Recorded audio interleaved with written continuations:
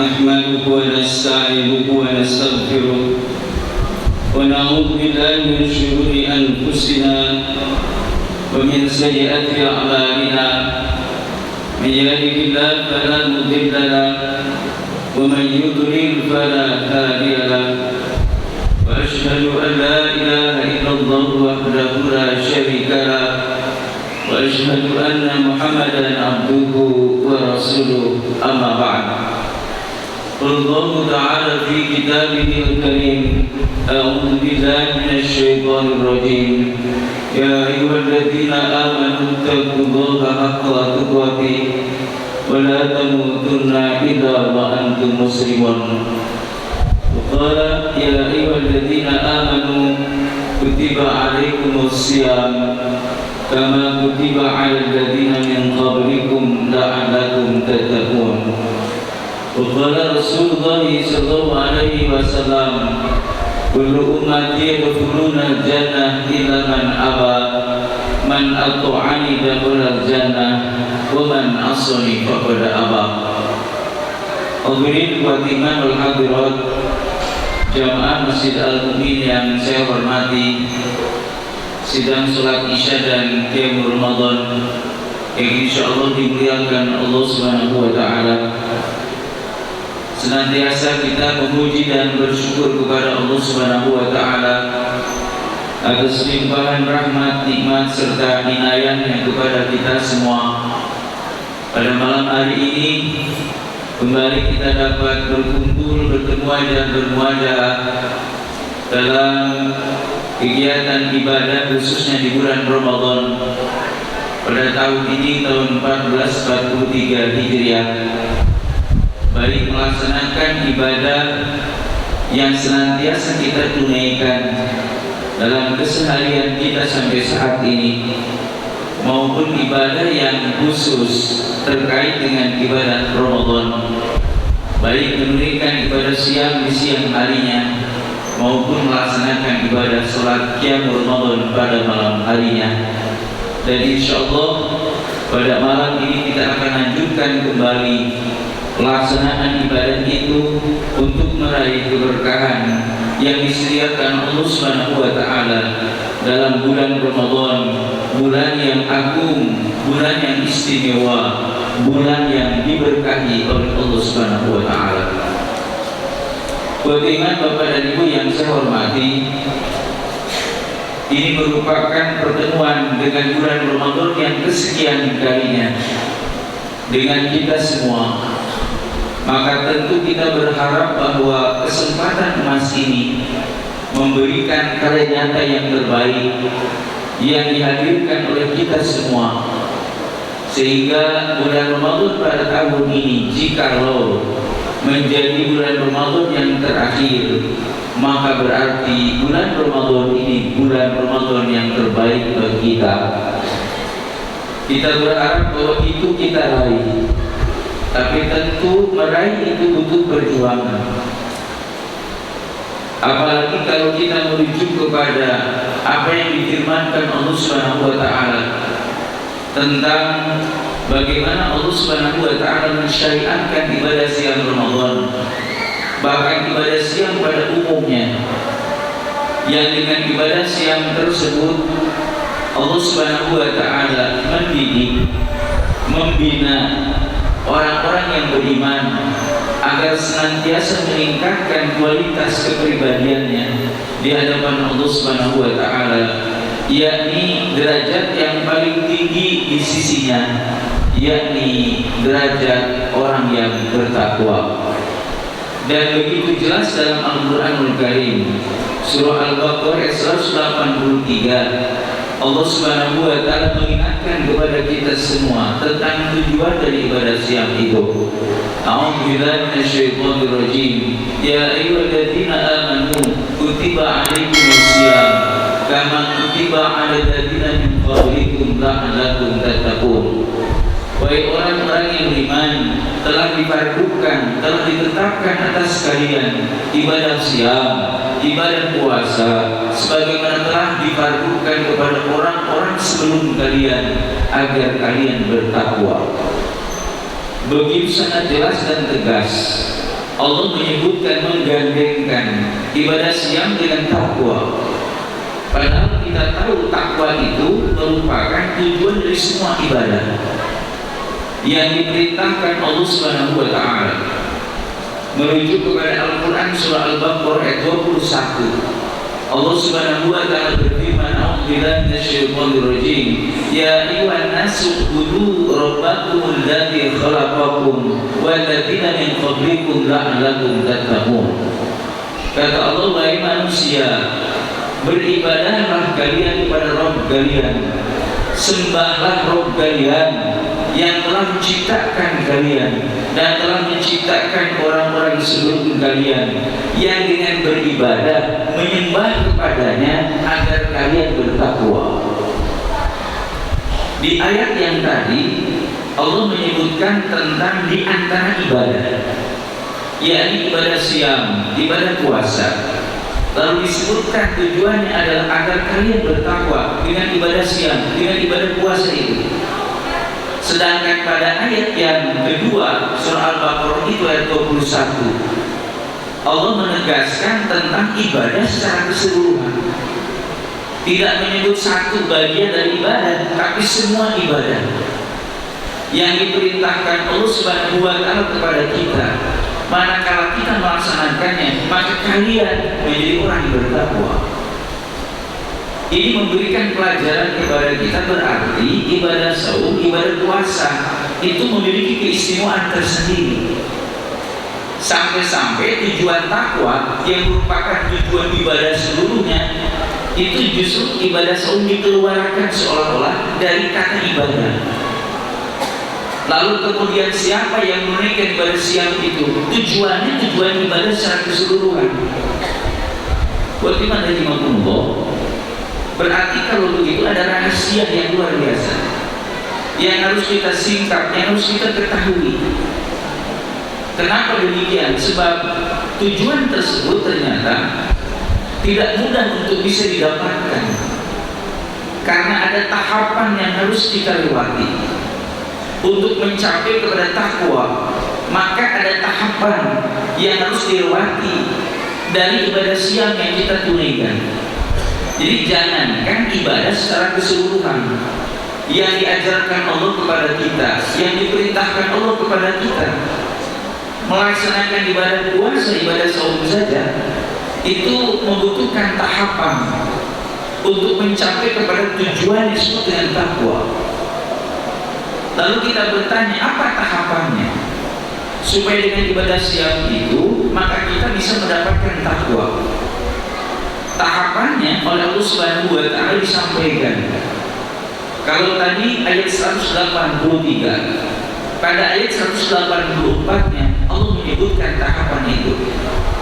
Di akhir, di ujung ayat tersebut, surah Al-Baqarah 184, Allah Subhanahu wa taala berfirman, "A'udzubillahi minasyaitonir rajim. Wa antasumu khairul lakum in kuntum ta'lamun." Berpuasa itu kebaikan untuk kalian jika kalian mengetahuinya, jika kalian memiliki ilmunya. Maka bisa dipahami bahwa untuk mendapatkan ibadah saum, ibadah puasa yang betul-betul teguh dan kuat, sehingga dengan ibadah saum yang benar, yang kuat itu bisa menghantarkan kita kepada takwa, maka wajib setiap kita punya ilmunya. Itu tahapan pertama, yaitu ilmu. Gak usah ditanya lagi. Ibadah puasa itu kata Allah, khairul lakum, kebaikan untuk kalian. Dan itu yang menyatakan Allah sendiri, Maha benar Allah. Sehingga kemudian bagi orang yang beriman tidak ada keraguan tentang menunaikan perintah ibadah puasa itu, karena Allah sendiri yang menyampaikan bahwa berpuasa itu kebaikan untuk kalian. dan orang-orang yang memiliki iman pasti akan memburu kebaikan itu. Karena mereka yakin apa yang diperintahkan Allah memberikan kebaikan kepada dirinya. Itu garansinya, itu jaminannya. Tapi iman untuk mencapai itu Allah menjelaskan kepada kita ada tahapannya.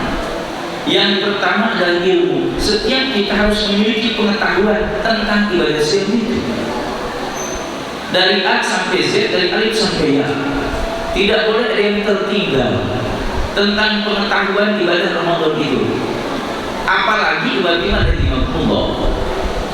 Rasul secara khusus menyampaikan kepada para sahabat yang penyampaian tersebut tidak pernah dikerjakan Nabi, tidak pernah dilakukan Nabi.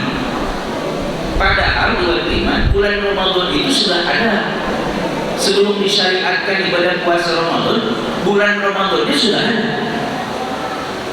Tapi sikap Nabi terhadap bulan Ramadan itu baru ditunjukkan keistimewaannya, kekhususannya itu ketika tahun kedua Hijriah. Ketika 2 tahun berada di Madinah. Pada masa sebelumnya, termasuk di Makkah selama 13 tahun, tidak ada ibadah keistimewaan bulan Ramadan, sama saja dengan bulan yang lain. Tapi ketika kemudian turun syariat ibadah siam Ramadan dengan turunnya oleh Allah Subhanahu wa taala, surah Al-Baqarah 183 dan selanjutnya, maka kemudian ibadah 2 hari menjelang datangnya bulan Ramadan atau 2 hari akhir bulan Sya'ban, setelah Nabi melaksanakan ibadah sholat asar berjamaah, tiba-tiba Rasulullah naik ke mimbar lalu kemudian berceramah. Yang peristiwa itu dia pernah terjadi sebelumnya, bukan hanya tahun kemarin, pokoknya selama sebelum itu tidak pernah Nabi melakukan itu.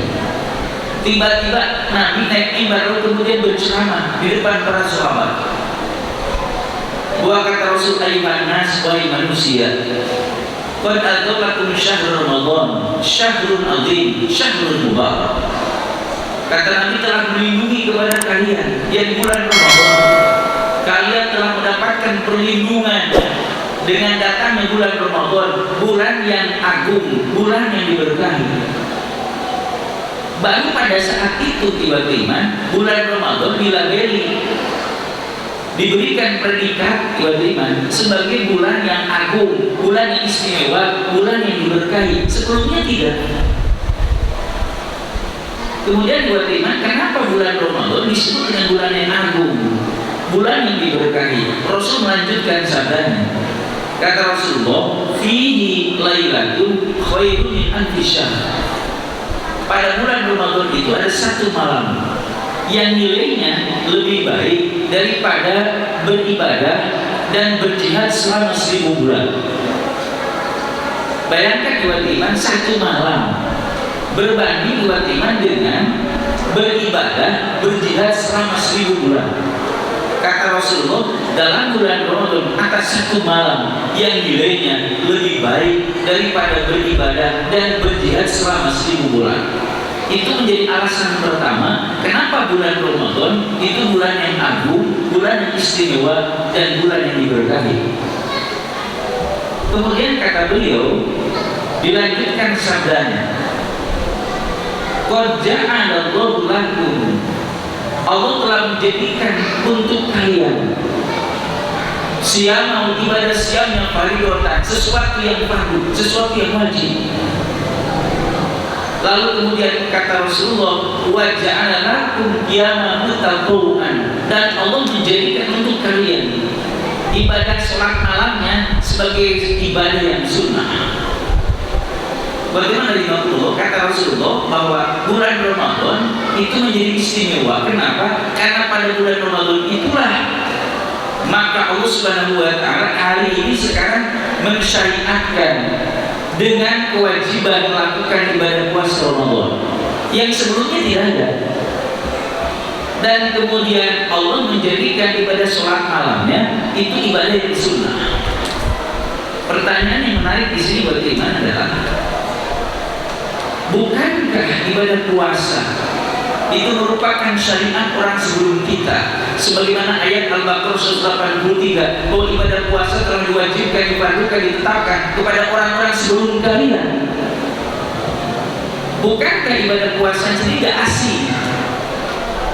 Tapi kenapa kemudian disebutkan bahwa diwajibkan ibadah puasa pada bulan Ramadan? Padahal ibadah puasanya sudah dikenal sebelumnya. Bahkan di Madinah sebelum disyariatkan ibadah siang Ramadan, ibadah puasa Ramadan, ada ibadah puasa yang sudah diwajibkan pada Rasul, yakni ibadah puasa pada pertengahan bulan Qamariyah yang disebut dengan Ayyamul Bid 13, 14, 15, termasuk yang disebut dengan Saum Asyura, ibadah puasa pertanggal 10 Muharram, berdasarkan hadis riwayat Imam Bukhari, riwayat Imam Muslim dari sahabat Aisyah radhiyallahu anha, bahwasanya itu merupakan ibadah puasa yang wajib yang dikerjakan Nabi setiap tahun. Lalu kemudian ketika disyariatkan ibadah puasa Ramadan, maka kata Rasulullah, siapa yang mau tetap melakukan ibadah puasa sebelumnya itu, maka silakan. Kalaupun tidak apa-apa. Itu menunjukkan jadi perubahan hukum. Setelah disyariatkan ibadah puasa Ramadan, maka ibadah puasa yang wajib jadi puasa Ramadan, sedangkan puasa sebelumnya disunnah. Itu menunjukkan berarti ada kekhasan, ada kekhususan dari ibadah puasa Ramadan, dan ternyata benar. Kalau kita lihat dari bagaimana petunjuk Allah dan Rasulnya tentang ibadah puasa Ramadan, itu punya aturan yang khas yang tidak dimiliki dengan puasa sunnah. Baik dari segi hukum, bagaimana konsekuensi dari hukumnya disebut dengan wajib. Di mana ada orang yang dia tidak berpuasa satu hari saja di bulan Ramadan, maka orang tersebut sudah melakukan dosa besar. Orang yang tidak mengerjakan ibadah puasa Ramadan satu hari saja tanpa alasan yang dibenarkan agama, maka orang tersebut sudah melakukan dosa besar. Kata siapa? Rasul bersabda dalam hadis riwayat Imam Al-Bukhari. Kata beliau, "Man aqbala yawman min Ramadan bi ghairi sawmin wala marad."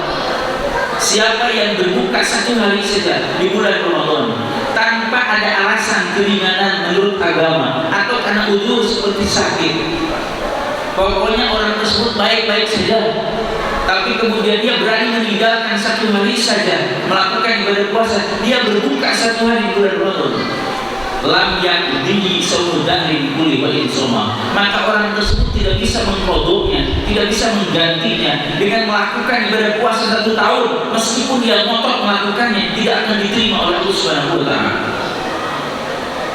Itu menunjukkan berarti ibadah puasa Ramadan tidak berbeda dengan ibadah sholat fardu.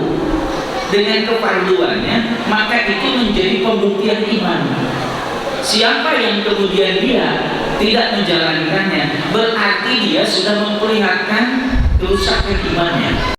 Karena Allah punya ketahuan kepada Allah Subhanahu wa Ta'ala. Itu kekhasan gitu. Belum lagi yang lain terkait dengan kaifiatnya ibadah iman. Karena waktu juga yang membatasi kita, tentu saja tidak cukup untuk dijelaskan. Tapi yang jelas paling tidak, kewajiban kita bahwa ketika kita berjumpa dengan Ramadan, kalau ingin mendapatkannya, maka wajib punya pengetahuannya. Karena ibadah-ibadah dan aturan di bulan Ramadan sangat khas, termasuk ibadah puasa. Yang kedua, bagaimana di Allah? Yang namanya ibadah sholat malam juga sudah dikerjakan oleh Nabi sebelumnya. Sebelum ada syariat ibadah yang Ramadan, sholat tarawih, itu sudah ada perintah melakukan ibadah sholat malam. Pertanyaannya adalah, kalau ibadah sholat malam itu sudah dikenal sebelum datangnya bulan Ramadan, sebelum datangnya sholat yang Ramadan, sebelum datangnya tarawih, lalu apa fungsinya, apa faedahnya? Rasul menyebutkan bahwa Allah menjadikan sholat malam di bulan Ramadan sebagai ibadah yang sunnah. Bukankah ibadah sholat malam sebelumnya ibadah? Kalau kita punya cara berpikir bahwa ibadah sholat tarawih sama dengan ibadah sholat malam pada umumnya, di situ ada kesalahan cara berpikir dan cara memahami. Itu menunjukkan justru qiyamul Ramadan, sholat tarawih, sholat malam yang khas, yang tidak sama, bukan berbeda, tidak sama dengan sholat malam di luar bulan Ramadan. Dan kalau ibadah iman, lacak ibadah iman. Dilihat dari bagaimana Rasul memberi tuntunan, itu khas sekali, tidak sama dengan ibadah sholat malam pada umumnya. Bagaimana dari Imam? Karena itu maka ketika sahabat Aisyah berada istri Nabi, yang kata Ibnu Abbas, seorang sahabat ibadah iman yang masih saudaranya Rasulullah, sepupu dengan beliau, itu mengatakan kepada orang, inginkah aku tunjukkan kepada kalian manusia di bumi ini yang paling tahu tentang sholat malam Nabi? Kata Ibnu Abbas, kalau kalian ingin tahu tentang sholat malam Nabi, ada manusia yang paling tahu tentang itu di bumi ini. Siapa? Kata beliau, datanglah kepada Aisyah dan tanyakan kepadanya tentang sholat malam Nabi, karena dia orang yang paling tahu tentang sholat malam di bumi ini. Nah, Aisyah radhiyallahu anha itu menjelaskan ketika ditanya oleh orang bernama Abu Salamah bin Abdurrahman, bagaimana melakukan sholat qiyamul Ramadan, sholat tarawih. Kata orang tersebut, kaifa kanat sholatu Rasulullah di Ramadan. Bagaimana kaifiyah tata cara sholat Nabi di bulan Ramadan yang disebut dengan sholat qiyamul Ramadan.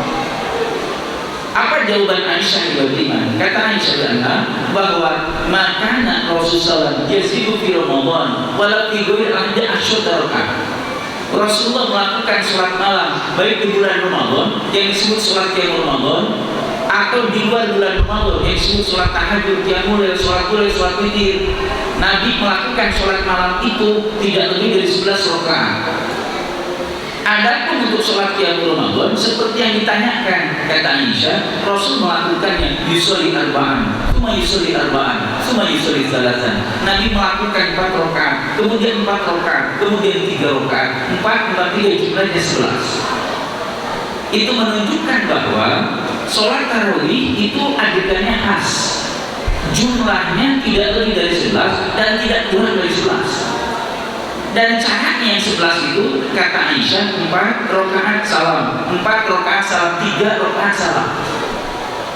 Pertanyaannya adalah, jika ibu dan bapak ditanya oleh orang, kemana jalan menuju Masjid Al-Mu'min? Orang tersebut nanya jalan menuju jalan Masjid Al-Mu'min. Ditakdirkan ada 4 jalan dari semua arah mata angin yang pokok, utara, selatan, barat, timur. Kira-kira bapak ibu mau jawab bagaimana? Saya yakin bapak ibu akan menjelaskan begini, jalan menuju Al-Mu'min bisa ke sini, bisa ke sana, bisa ke sana, bisa ke sana. Kenapa jawabannya sampai begitu? Karena jalannya banyak. Tapi ditakdirkan jalan ke Al-Mu'min cuma satu. Kemana jalan Al-Mu'min? Pasti ibu dan bapak akan menjawab, jalan ke Masjid Al-Mu'min ke sini. Kenapa tidak diterangkan yang lain? Karena tidak ada yang lain kecuali itu. Sholat malam Nabi itu bervariasi di bulan Ramadan. Tapi ketika ditanya sholat malam di bulan Ramadan, Aisyah menjawabnya, Nabi melakukan 11 rakaat, 4, 3. Kenapa tidak diterangkan yang lain? Karena tidak ada yang lain kecuali itu. Bagaimana juga? Tetapi kemudian ada sebagian kalangan yang justru menyamakan sholat tarawih dengan sholat malam di bulan Ramadan. Padahal cirinya sudah banyak perbedaan. Apa? Bahwa ibadah sholat tarawih, Nabi menganjurkan kepada para sahabat mengajak istri dan keluarganya untuk melakukan ibadah sholat tarawih di masjid berjamaah. Di situ menunjukkan kekhasan. Tapi ada orang yang kemudian mengatakan bahwa bagaimana untuk perempuan lebih utama di rumah atau di masjid? Bukankah untuk perempuan lebih utama di rumah? Iya, itu dari umum, itu keterangan umum, itu petunjuk umum disebutnya. Ketika ada dalil khusus, keterangan khusus, tuntunan khusus, maka tidak boleh. Keterangan yang umum itu diberlakukan ketika ada dalil khusus. Karena keterangan yang khusus, bahwa Nabi sendiri yang memerintahkan kepada sahabat mengajak istri dan keluarganya untuk melakukan sholat tarawih berjamaah, bahkan dipimpin oleh Nabi, khususnya ketika 10 terakhir Ramadan, khususnya di malam ganjil 10 terakhir Ramadan. Maka kemudian para sahabat itu mereka berjamaah dengan Nabi, itu terjadi. Ramadan ketemu Nabi 9 kali dari tahun ke-2 sampai tahun ke-10. Berarti bagaimana 9 kali Nabi ketemu dengan Ramadan. Ditakdirkan setiap malam ganti 5 malam, dikalikan 9 berarti 45 malam. Para sahabat iman sholat berjamaah selama hayat bersama Nabi, sholat tarawih berjamaah dipimpin diimami oleh Nabi. Hadisnya sahih Imam Ahmad, tapi hadis itu jangan disampaikan kepada ustaz, sehingga mindset pikiran orang bahwa sholat yang Ramadan itu tidak ada contoh berjamaah. Masih ada yang berkata begitu, padahal bagaimana keterangan ini jelas bahwa Nabi terutama ketika itikaf 10 kali Ramadan pada malam-malam ganjil, Nabi mengumumkan nanti malam ganjil ajak istri kalian dan anak-anak kalian, keluarga kalian untuk melakukan sholat tarawih dipimpin oleh Rasul. Bagaimana dari Imam itu kekhasan sholat malam di luar bulan Ramadan, tidak ada ceritanya berjamaah. Sholat tahajud, sholat qiyamul lail tidak ada keterangannya Rasul mencontohkan berjamaah. Tapi kalau sholat tarawih diutamakan berjamaah. Bahkan pernah suatu ketika sahabat ikut sholat malam Nabi di luar bulan Ramadan. Maksudnya ibadah sholat tahajud, sholat qiyamul. Mereka ikut berjamaah Nabi, oleh Nabi diusir. Kata Rasulullah, lakukan ibadah sekemampuan kalian. Rasul bersabda, sesungguhnya seutama-utama sholat bagi laki-laki ada di rumahnya kecuali yang wajib. Maka kemudian Rasul mengusir mereka untuk melakukan sholat tahajudnya di rumah masing-masing. Itu menunjukkan ada kekhasan. Tapi masalahnya pengetahuan kita tentang itu mungkin harus dievaluasi kembali. Bagaimana Imam Qur'an termasuk ketika malam Lailatul Qadar. Bagaimana meraih Lailatul Qadar itu? Bagaimana kemudian kita mendapatkan semua keberkahan itu kalau tanpa ilmu? Maka mesti dan sebuah kemestian untuk mendapatkan ibadah siang yang benar sampai kepada takwa, wajib setiap kita punya pengetahuan yang benar. Siapa yang mumpuni dengan keilmuannya, maka insya Allah dia akan dihantarkan kepada ibadah yang benar sesuai dengan tuntunan Rasulullah Sallallahu Alaihi Wasallam yang sampai hari ini terjadi perubahan. Banyak sekali masjid-masjid yang berubah seperti ini. Alhamdulillah Masjid Al-Mu'min itu masih istiqomah menghidupkan sunnah Rasulullah melaksanakan ibadah sholat qiyamul Ramadan seperti apa yang dilaksanakan Rasul dijelaskan oleh sahabat Aisyah radhiyallahu. Mudah-mudahan ini menjadi tanda bahwa sesungguhnya kita semua bukannya merindukan mendapatkan keberkahan Ramadan yang tentu saja keberkahan luar biasa, tapi ada kerinduan bertemu, berjumpa dengan uswatun hasanah Nabi Muhammad Rasulullah Sallallahu Alaihi Wasallam. Bagaimana caranya kata Nabi, man ahya sunnati faqad ahabbani wa man ahabbani kana ma'i fil jannah. Siapa yang menghidupkan sunnahku, ajaranku, maka dia berarti orang yang mencintai aku, dan siapa yang mencintai aku maka dia bersamaku di surga. Karena itu maka jika ingin mendapatkan semua kebaikan itu termasuk bersama Rasul di surga, maka lakukan ibadah Ramadan sesuai dengan tuntunan Rasulullah Sallallahu Alaihi Wasallam. Selamat berjuang untuk mewujudkannya. Mudah-mudahan Allah Subhanahu wa Ta'ala memberikan kemudahan kepada kita semua untuk menapakinya, mendapatkan keberkahan Ramadan yang luar biasa, diampunkan dosa-dosa kita yang telah silap. Karena itu pokok dari semua keberkahan Ramadan, yaitu penghapusan dosa. Kata Rasulullah, celaka dan merugi seseorang manakala Ramadan datang kepada dirinya. Allah kasih kesempatan berjumpa dengan Ramadan, cuman salah, kemudian berlalu selesai Ramadannya, sebelum dia diampunkan dosa. Itu orang yang rugi kata Rasulullah, orang yang berjumpa dengan Ramadan tapi dosanya belum diampunkan, belum dihapus oleh Allah Subhanahu wa Ta'ala. Mudah-mudahan Allah Subhanahu wa Ta'ala mengampuni segala dosa dan kesalahan kita, menerima segala amal ibadah kita. Amin ya rabbal alamin. Wallahu a'lam bishawab. Aqulu qouli hadza wa astaghfirullah li wa lakum. Rabbana la tuzigh qulubana ba'da idh hadaytana wa hab lana min ladunka rahmah innaka antal wahhab. Allahumma arina al-haqqa haqqan warzuqna ittiba'ah wa arina al-batila batila warzuqna ijtinabah. Rabbana atina fid dunya hasanah wa fil akhirati hasanah wa qina adzabannar. Alhamdulillah. Assalamualaikum warahmatullahi wabarakatuh.